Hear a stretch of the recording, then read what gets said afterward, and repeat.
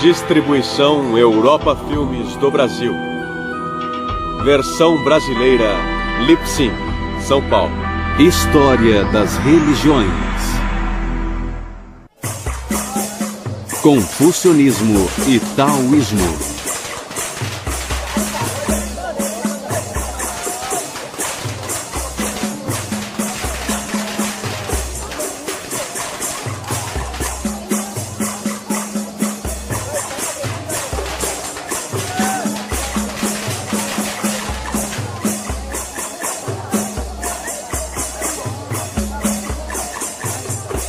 Do segundo século a.C. até meados do século XX da era cristã, o confucionismo viria a ser a influência mais marcante na vida dos chineses.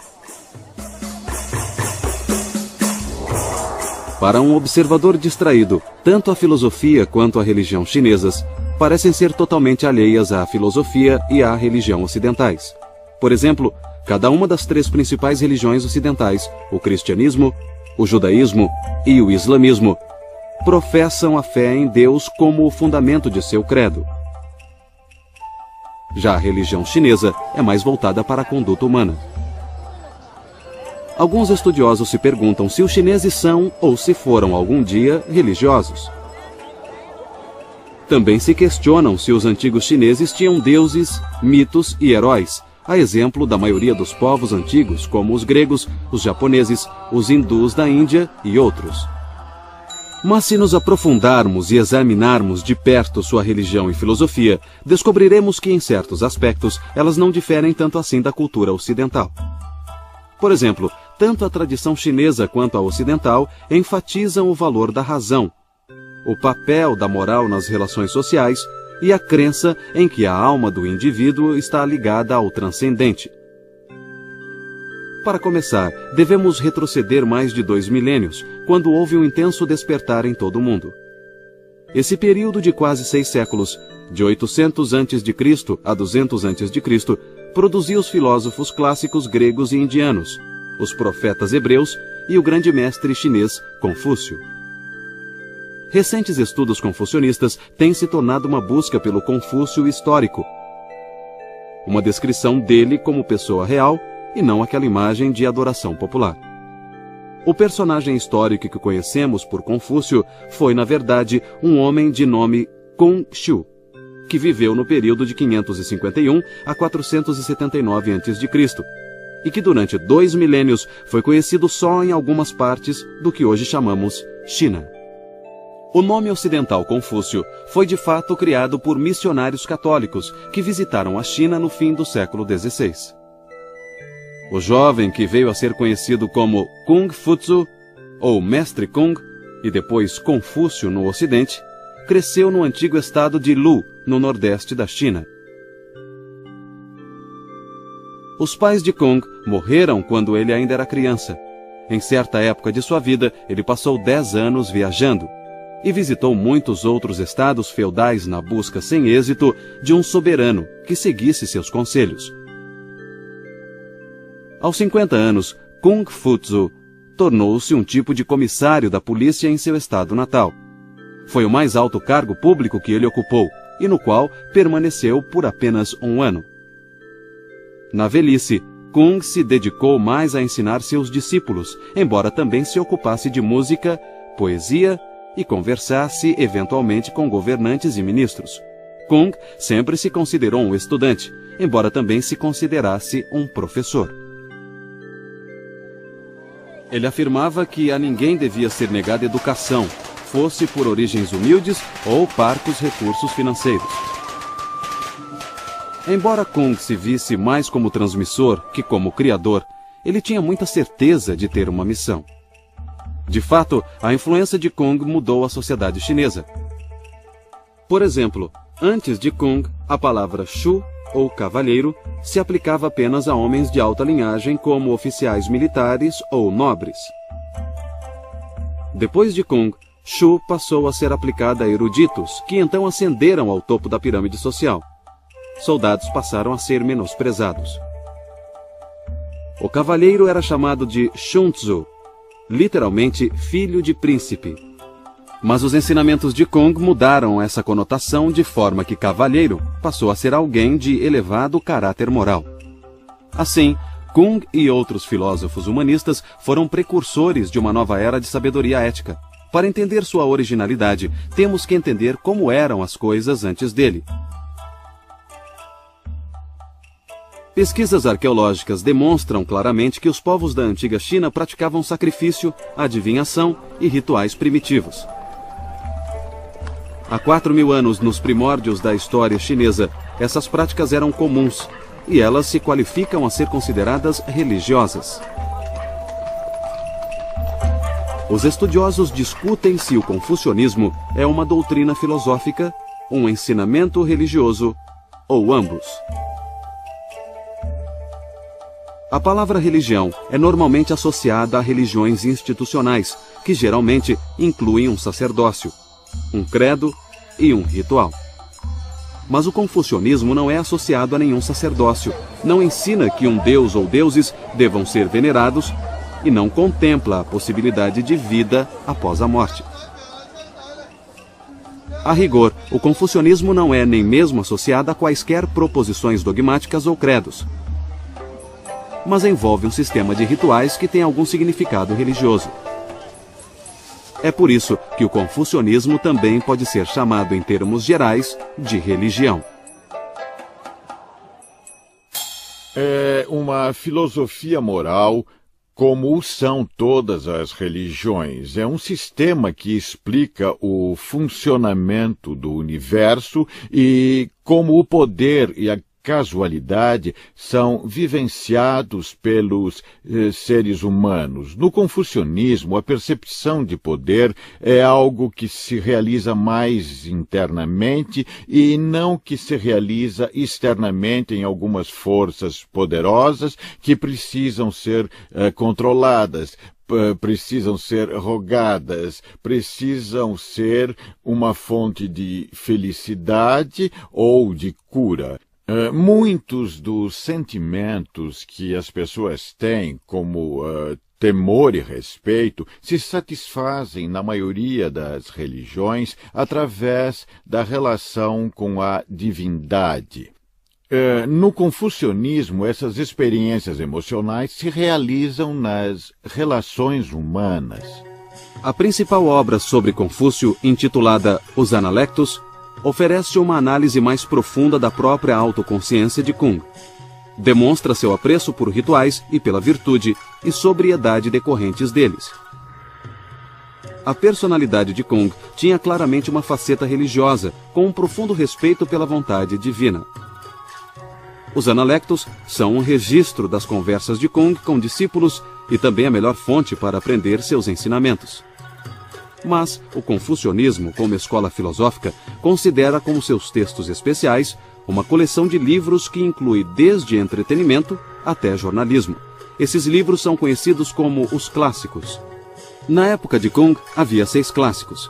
O primeiro clássico era o Livro das Mutações, também conhecido como I Ching, e era um estudo da interação entre as duas forças cósmicas, Yin e Yang.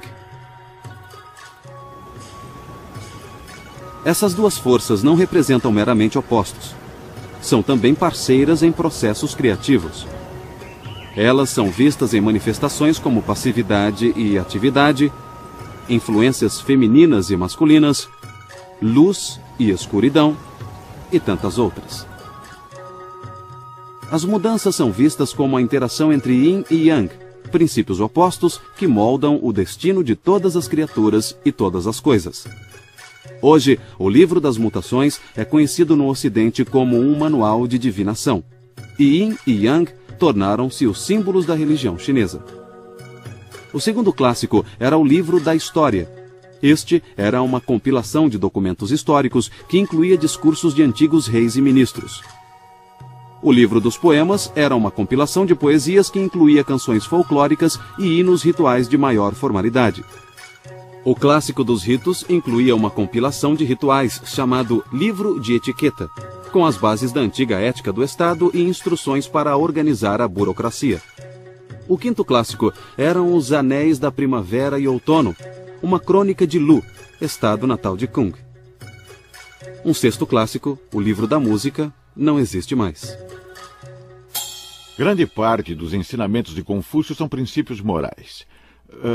Um princípio comum ao confucionismo e à tradição ocidental, por exemplo, é que o confucionismo afirma: não faça aos outros o que você não quer que façam a você, enquanto que na tradição ocidental isso é dito de forma afirmativa: faça aos outros. Então, o que há de comum entre todas as religiões são os princípios morais, e eles são, eu diria, a coluna dorsal dos tratados do confucionismo. O cerne de muitos desses textos clássicos é anterior à época de Kung. Os textos evoluíram no decorrer do tempo e continuaram se expandindo por muito tempo ainda após a morte de Kung. No ano 213 a.C., depois de unir o país pela espada, o imperador Qin mandou queimar os livros. Graças à memória de estudiosos e a poucos fragmentos remanescentes, os textos foram mais tarde recuperados. A dinastia Han, que durou cerca de 4 séculos, de 206 a.C. a 220 d.C., representou uma grande mudança na civilização chinesa. A China tornou-se mais humanista que antes, desenvolvendo um forte interesse por filosofia, história, literatura e política. Em 124 a.C., o governo Han fundou a Universidade Imperial para educar os futuros funcionários do governo nas ideias confucionistas. Para evitar outra desastrosa queima de livros, os escritos clássicos foram então gravados em pedra. Alguns dizem que o grande mérito do confucionismo é revelar o que há de absoluto no relativo. Ou seja, encontra um sentido supremo no caráter moral das relações humanas. Kung pregava uma doutrina de reciprocidade e solidariedade. Ele dizia que qualquer um pode ser nobre se lhe ensinarem os valores certos. E fundou a primeira escola particular chinesa de ensino superior. A escola de Kung centrava-se mais na arte de governar e no aprimoramento das sensibilidades morais dos alunos. Uma das concepções confucionistas mais conhecidas é a chamada 5 relações, que seriam as relações entre governante e ministro, pai e filho, marido e mulher, irmão mais velho e mais novo, e entre um amigo e outro. Cada uma das 5 relações pressupõe responsabilidades mútuas e recíprocas. Um ministro deve lealdade a seu governante, e uma criança deve respeito a seus pais. Mas o governante deve, em troca, cuidar de seus súditos, assim como os pais devem cuidar de seus filhos. A doutrina central de Kung é a virtude do Zhen, que são o afeto e o amor existentes nas relações humanas. Para a família, eles reservaram um tipo especial de amor, porque as raízes do Zhen são a devoção filial e o respeito fraterno. O confucionismo reconhece o amor natural das relações familiares. Também reconhece os sentimentos naturais suscitados pela necessidade do próximo, quem quer que ele seja.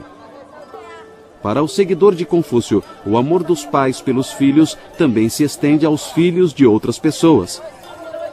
O respeito filial pelos pais se estende aos pais de outras pessoas e aos mais velhos em geral.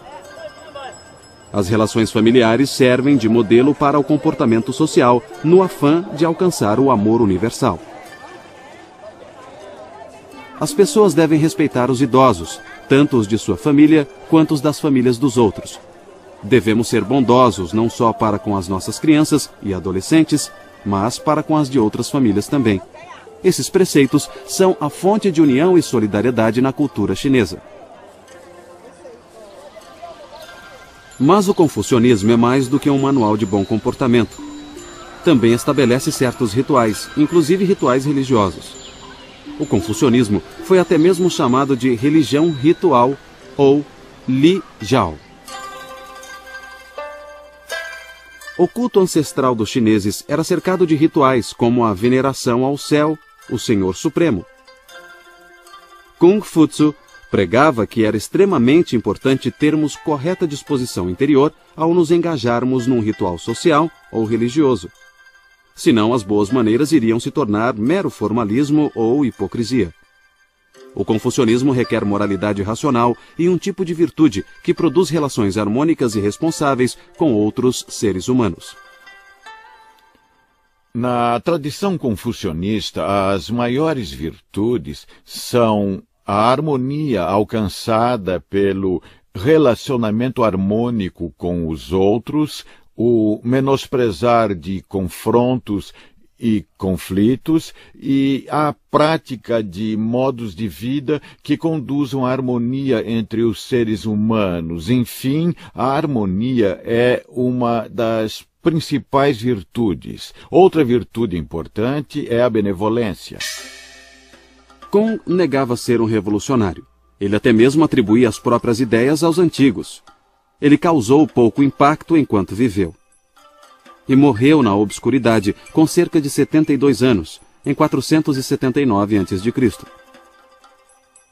Kuhn estava convencido de que sua vida fora um fracasso e que seus ensinamentos seriam logo esquecidos. Observando essas tradições religiosas a partir da visão de um antropólogo, a gente se pergunta o que significam essas tradições no que se refere ao comportamento humano.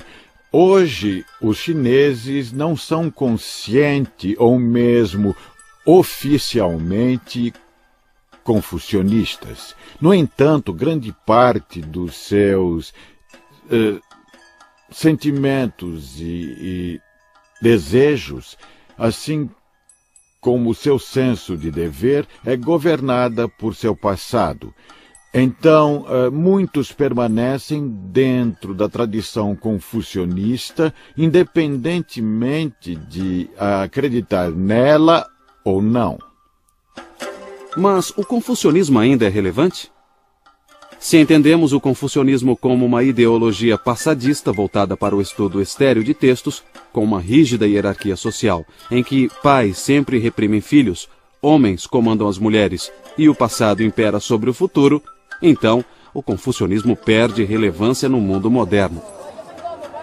Mas se vemos o confucionismo como uma forte declaração de que toda pessoa é preciosa, de que a grandeza moral é possível, de que as relações sociais são baseadas em valores éticos e o eu permanece sempre aberto ao transcendente, então o confucionismo pode ser a base de uma verdadeira concepção de dignidade, liberdade e igualdade.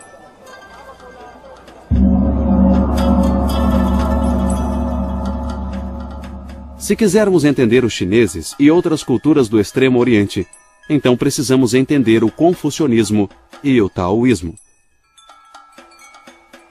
Pode-se dizer que a filosofia chinesa é, em geral, baseada em duas faces da existência. A face mais ativa, ou Yang, e a mais contemplativa, ou Yin. A força ativa Yang é associada tanto à moral quanto à filosofia social do confucionismo. É tida como uma força masculina e tem predominado nos períodos de unidade política e ordem social. A força contemplativa Yin tem sido mais associada ao taoísmo. Essa face passiva das coisas pode ser vista no naturalismo e no quietismo. A força Yin é vista como feminina. Mas as forças Yin e Yang não são mutuamente excludentes, e o taoísmo é frequentemente representado por um círculo, onde dois desenhos em preto e branco se entrelaçam.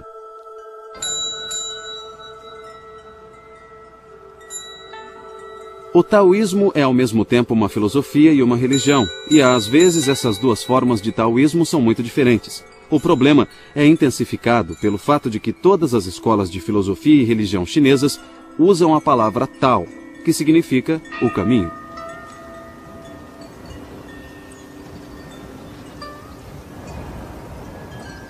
A maioria dos filósofos taoístas tem a genuína aspiração religiosa de transcender as limitações desta vida. Essa busca é tão antiga quanto a própria humanidade.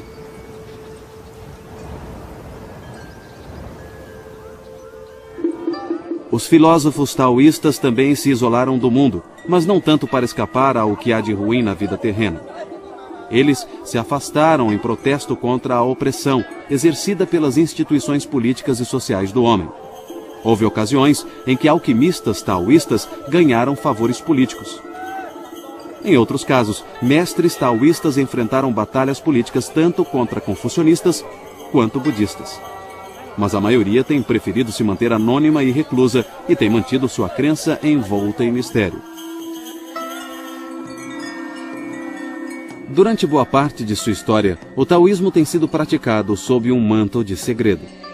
A princípio, uma filosofia de reclusos tornou-se uma religião, cujos seguidores têm geralmente buscado o anonimato.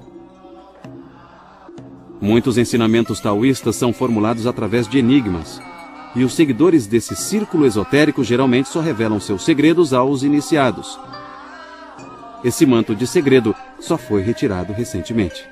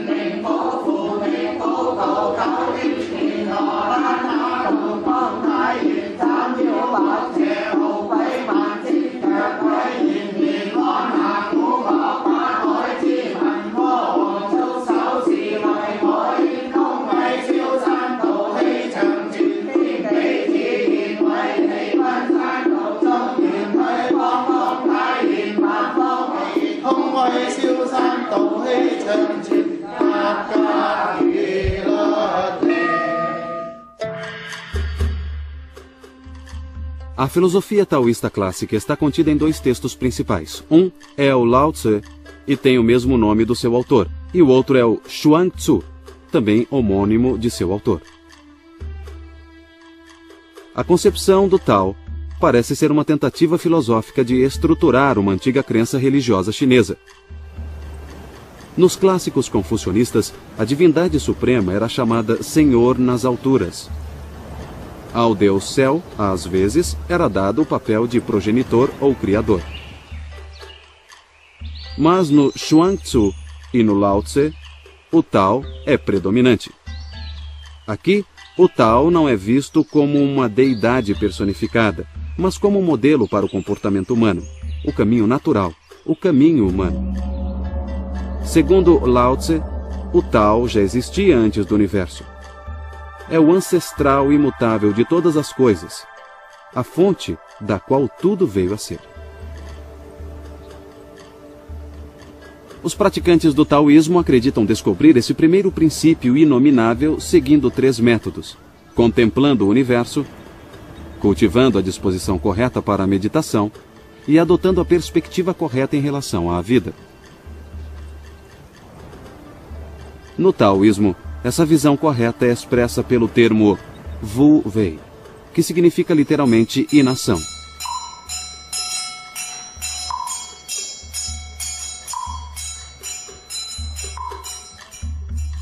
Wu Wei não deve ser entendido como ausência literal de ação, mas como agir sem artificialismo, sem exageros e sem apego à ação em si mesma. A parte prática do Lao Tse, então, é viver de acordo com o caminho. Um caminho de naturalidade, simplicidade e até mesmo fraqueza.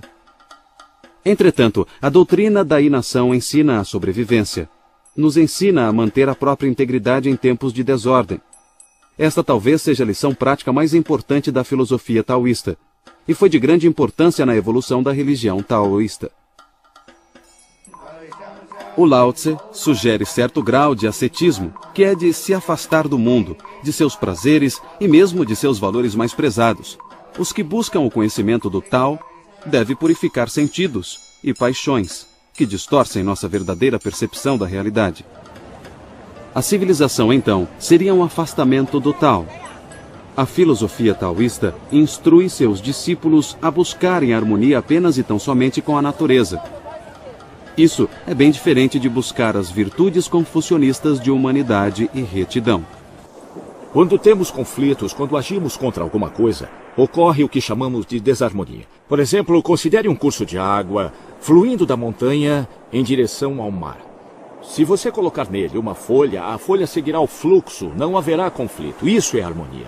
Mas se você tenta fazer a folha voltar, subir a corrente das águas e você a puxar com um barbante ou assoprá-la com a boca, você estará aplicando uma força externa. Isso gera conflito. Você está indo contra a natureza, contra o caminho. Assim, seguir sua própria natureza é seguir o caminho. E isso é harmonia. Para alguns observadores, os ensinamentos políticos do Lao Tse invocam uma volta à natureza tipicamente romântica, mas já se disse que esses mesmos ensinamentos apoiavam autoridades políticas despóticas. Na localidade conhecida como Ma Wang Toi, foi encontrada uma cópia do Lao Tse manuscrita em seda. Datando do século II a.C., esses são os manuscritos do Lao Tse mais antigos de que se tem conhecimento. Outro texto fundamental ao taoísmo, chamado Xuang Tzu, é semelhante ao manuscrito do Lao Tse em dois sentidos. Primeiro, ele diz que o Tao é o princípio central que governa o universo. Segundo, mostra uma total e constante aversão à política. O Xuang Tzu parece uma compilação de ensaios em que há abundância de parábolas, alegorias, paradoxos e imagens fantasiosas. O manuscrito do Xuang Tzu faz uma ardente defesa da liberdade espiritual. Não tanto liberdade em relação a convenções sociais e restrições, mas em relação a limitações mentais. Conclama as pessoas a transcenderem interesses pessoais e preconceitos e prega que a liberdade só pode ser obtida na natureza em si, no Tao. O objetivo central do Xuang Tzu é encontrar a felicidade absoluta. Seu autor acredita que, para tanto, precisamos transcender nosso eu para alcançar a perfeita união com o Tao. Essa unificação implica um nível de conhecimento superior, um tipo de sabedoria que está além de todas as distinções entre as coisas, inclusive a vida e morte. Tal discernimento pode ser chamado de conhecimento místico, porque não pode ser obtido pelos meios costumeiros. Paradoxalmente, vem apenas quando esquecemos o conhecimento de tudo, sobretudo o conhecimento do eu. O Xuang Tzu advoga o sentar e esquecer, ou Zhuowang. Também menciona um jejum mental em que o adepto esvazia os sentidos e a mente. Se estudarmos toda a ciência atual, jamais seremos capazes de superar o mundo material. E sempre temos alguns enigmas a decifrar e depois mais enigmas a decifrar. Portanto, mesmo se estudarmos a ciência durante milhares de anos, ainda não entenderemos o universo. Mas se você visualizar todo o cosmo a partir da antiga sabedoria da China ou da Índia, você saberá o que se passa, verá que tudo é vazio. É o Tao. É o Tao, é a suprema consciência. A religião taoísta, de certa forma, vem de quando se praticava divinação e leitura de oráculo com ossos. Os sacerdotes taoístas são herdeiros de uma sociedade em que adivinhos e xamãs eram reverenciados por sua habilidade de se comunicar com o mundo espiritual. O mundo do Senhor nas alturas e outros deuses e espíritos. Acreditava-se que os antigos xamãs eram capazes de trazer chuva à terra seca e curar os doentes. A fraqueza humana e as doenças eram associadas ao pecado, ou seja, as coisas que ofendem tanto a consciência quanto a divindade. Os religiosos taoístas também associavam a cura à confissão desses pecados e à busca do perdão e do auxílio dos poderes superiores. Ainda assim, os taoístas sempre deram muita atenção à fisiologia e à farmacologia. E isso trouxe muitas contribuições à medicina chinesa.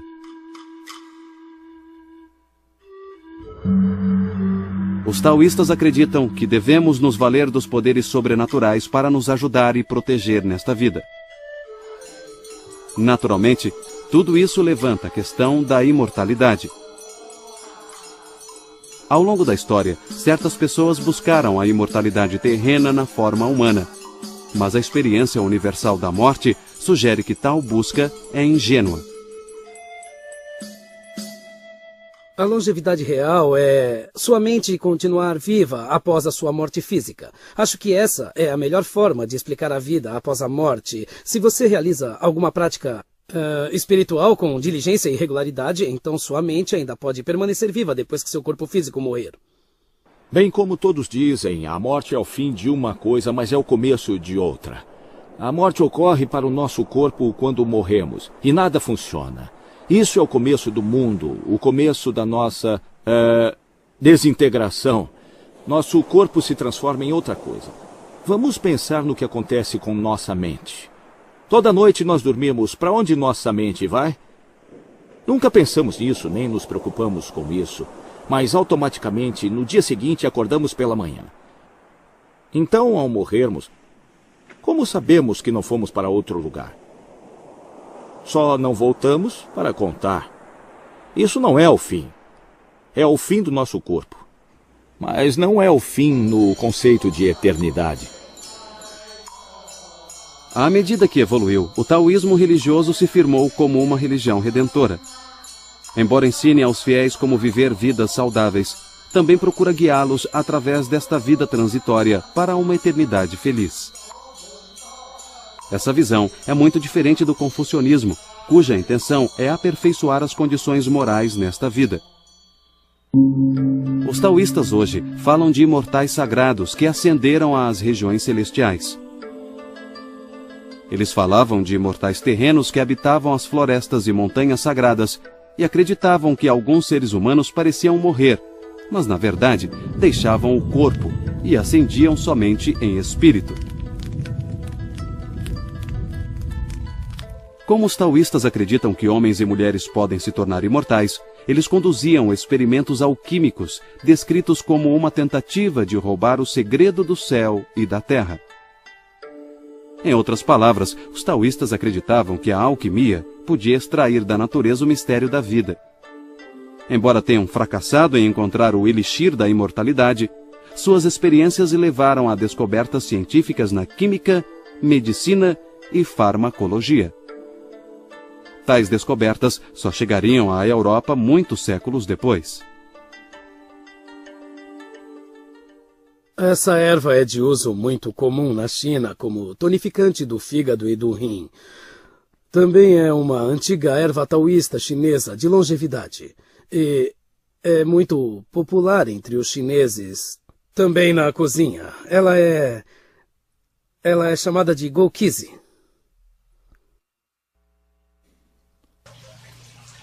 Muitos taoístas se assemelham aos alquimistas da Idade Média.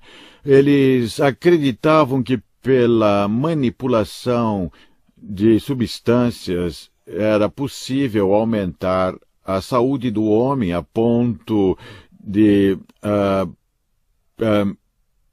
permitir que a pessoa se tornasse imortal. Alguns imperadores chineses usaram sacerdotes taoístas para aumentar sua longevidade. Então, essas práticas passaram a ser vistas como práticas taoístas porque eram realizadas por adeptos do taoísmo. O milagre da alquimia, por assim dizer, seria transformar aquilo que é comum e encontrar alguma coisa que é vista como incomum ou como extraordinário. Isso é alquimia. Ou seja, qualquer coisa fora do comum viria do que é comum. Você torna o comum extraordinário, você torna diferente. Portanto, nesse sentido, tudo que vem da natureza contém o processo alquímico. Você vê as coisas crescerem, você põe uma semente no chão, no solo, e você fornece a ela o terreno certo, a temperatura certa, a umidade certa, e ela crescerá. Isso é alquimia. A alquimia acontece, na verdade, diariamente em nossa vida. Nós só não sabemos reconhecê-la. Ao longo da história, os taoístas também cultivaram a vida mortal quando desenvolveram técnicas de cura, de circulação, exercícios de meditação e higiene sexual. O taoísmo oferecia um sistema de cura verdadeiramente holístico, baseado num texto do século VI a.C., chamado Tratado de Medicina Interna do Imperador Amarelo. Esse texto continha uma lista de prioridades para a boa saúde. Primeiro, trate o espírito. Então, alimente-se adequadamente. Daí virá a cura para o corpo. O taoísmo desenvolveu práticas de meditação que incluem um exercício com certos movimentos realizados de pé, com os joelhos levemente flexionados. Isso supostamente ajuda a restaurar o equilíbrio adequado de energia, ou o que os chineses chamam de Qi, dentro do corpo. Os taoístas acreditam que o Qi percorre meridianos dentro do corpo. A yoga e a acupuntura chinesas são baseadas nesses meridianos que apresentam vários pontos de acupuntura. Você se livra da energia tóxica causada pelo vento maligno. O vento maligno geralmente ataca a cabeça, causando obstrução. Quando há deficiência de Qi, a energia tóxica pode aumentar muito e precisamos estimular o Qi para nos livrarmos da energia tóxica que costuma vir do vento maligno. Nós a chamamos de Feng Qi. A religião taoísta também vê o corpo humano como um tipo de forno, no qual é possível preparar o elixir de imortalidade. Esse conceito é baseado num tipo de alquimia interna associada à yoga e à meditação taoístas.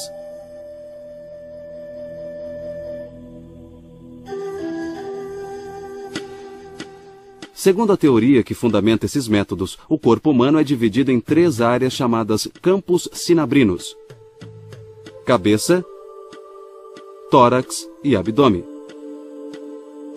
Cada campo é habitado por vários deuses que dão ao corpo vida e sustentação, e são supervisionados por um panteão de divindades chamado a Tríade Taoísta, ou Trindade. Os taoístas acreditam que a vida é feita de 3 princípios. Esses seriam o sopro, ou Qi, a essência vital, ou Jing, e o espírito, conhecido como Shen. Na meditação taoísta, é preciso concentrar a mente nos órgãos internos do corpo e nos deuses que os habitam. Esses deuses são vistos como emanações diretas da energia primordial no organismo humano. Os praticantes avançados de yoga atingem algo chamado respiração embriônica, imitando conscientemente um feto no útero materno. Esse exercício reconhece a existência de processos metabólicos importantes no interior do corpo. Psicologicamente, envolve a busca por paz interior e a integração da personalidade humana. A suprema atitude taoísta representa o ápice do sentar e esquecer. Uma frase que se refere a certas práticas meditativas na mais elevada tradição mística do taoísmo. Nesse estado mental, símbolos e imagens supostamente deixam de ser necessários. A pessoa simplesmente se senta e esquece. Eu diria que o homem, sobretudo, tem um corpo, tem uma mente. Ele transita entre os dois, entende?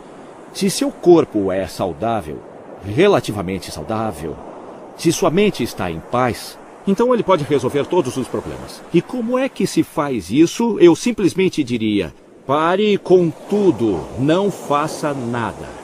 Não fazer nada significa não criar, não pensar. E o que é pensar? É se preocupar. E o que é se preocupar? Você cria uma situação e acha que não pode resolver. Então se preocupa. Se você não cria a situação naquele momento, você não se preocupa. Se não se preocupa, encontra uma solução. Enquanto na Terra, os aspirantes a imortais devem tentar progredir na meditação e na vida diária. Devem tratar as necessidades mundanas como alimento e roupas, como um meio para atingir um fim a ser usado e abandonado. As pessoas deveriam se desprender dos desejos sensuais. Elas também deveriam eliminar a inimizade e o ódio que prejudica quem o sente. O corpo que envelhece é como uma casa com paredes em ruínas, que logo será trocada por outra. Tudo isso exige total serenidade em relação à vida e morte, doença e saúde, perdas e ganhos, riqueza e pobreza. Em outras palavras, é preciso ir além dos valores e problemas normais da vida mundana e encontrar paz e contentamento em qualquer condição, para se concentrar num objetivo maior.